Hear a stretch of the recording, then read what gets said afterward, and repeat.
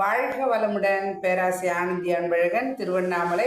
இன்னைக்கு சிந்தனையாக நாள் ஒரு நற்சிந்தனையிலிருந்து மனம் ஒரு பொக்கிஷம் அப்படின்னு இது கொடுத்துருக்காங்க சுவாமிஜி. சுவாமிஜி மட்டுமா சொன்னாரு, எல்லாருமே சொன்னாங்க. மனம் அது செம்மையானால் மந்திரம் ஜெபிக்க வேணாம் அப்படின்னு சொல்லியிருக்காங்க.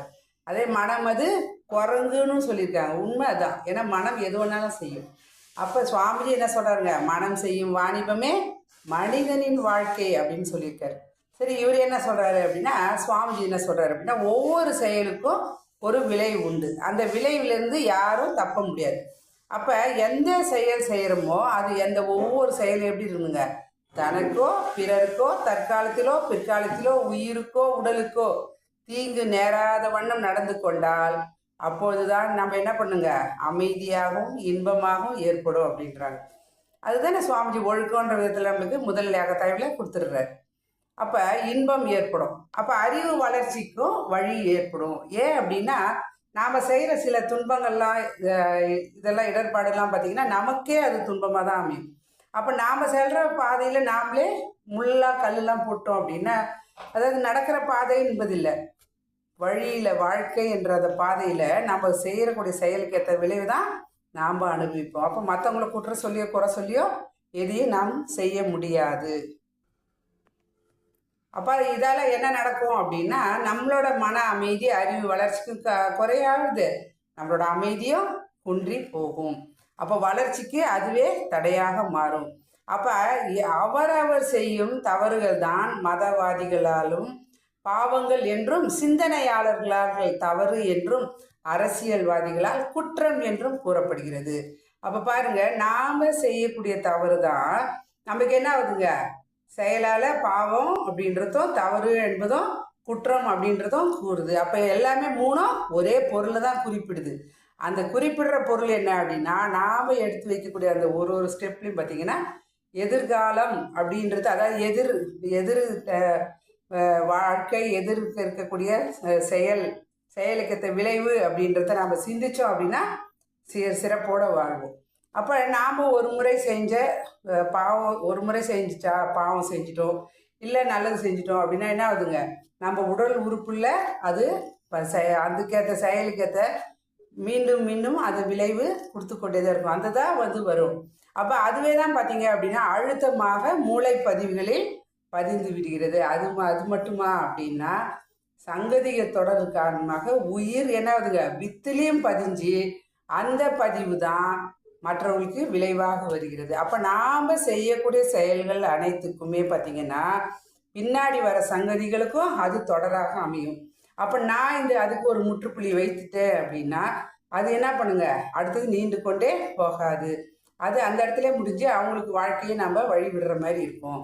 அதுதான் ஒழுக்கம் அப்படின்ற பேரில் சுவாமி சொல்றார், தீமை தவிர்த்து நல்லதே செய்ய வேண்டும். சுவாமி அழகாக சொல்லுவார் பாருங்க, தற்கால சூழ்நிலை எதிர்கால விளைவு முற்கால அனுபவம் அப்படின்னு. அப்போ முற்கால பெற்ற அனுபவம் தான் நம்ம எதிர்கால விளைவை கணிக்கும்.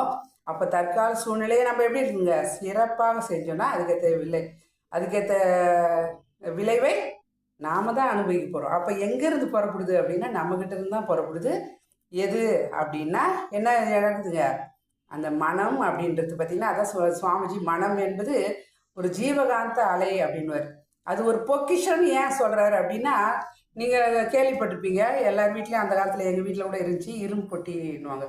இன்றைக்கி தான் பேங்க் வந்துச்சு. அந்த காலத்தில் பார்த்திங்கன்னா இரும்பு பொட்டின்னு ஒன்று இருக்கும். அதில் தான் பார்த்திங்கன்னா நமக்கு எது எதிர்காலத்துக்கு தேவையோ, அப்போல்லாம் பொருள் தான் பெரிய விஷயமா இருந்துச்சு இல்லைங்களா, அதை வச்சு பாதுகாத்தாங்க. அதுக்கு ஒரு பூஜை பண்ணுவாங்க, அது பாதுகாப்பாங்க. முக்கியமானது டாக்குமெண்ட்ரி ஜுவல் எல்லாமே அதுதான் வைப்பாங்க. அப்போ அது ஒரு பொக்கிஷத்தை அந்த அளவுக்கு பாதுகாக்கிறாங்க. அப்போ பொருள் அப்படின்றது நம்ம கூட வருது, இருந்தாலும் ஒரு அளவு தான். ஆனால் மனம் என்பது நம்மக்கிட்டே இருக்குது. அந்த மனதை நம்ம எப்படி இருக்கணுங்க, பொக்கிஷமாக வைத்துக்கொள்வதும் புதையலாக வைத்துக்கொள்வதும் நம்மக்கிட்ட தான் இருக்குது. ஆனால் நான் குப்பையாக வச்சுக்கிட்டேன் அப்படின்னா அதுக்கேற்ற விளைவை நாம் தான் அனுபவிக்கணும். மற்றவங்க மேலே குறை சொல்லி யாரும் நம்ம எதையும் செய்ய முடியாது.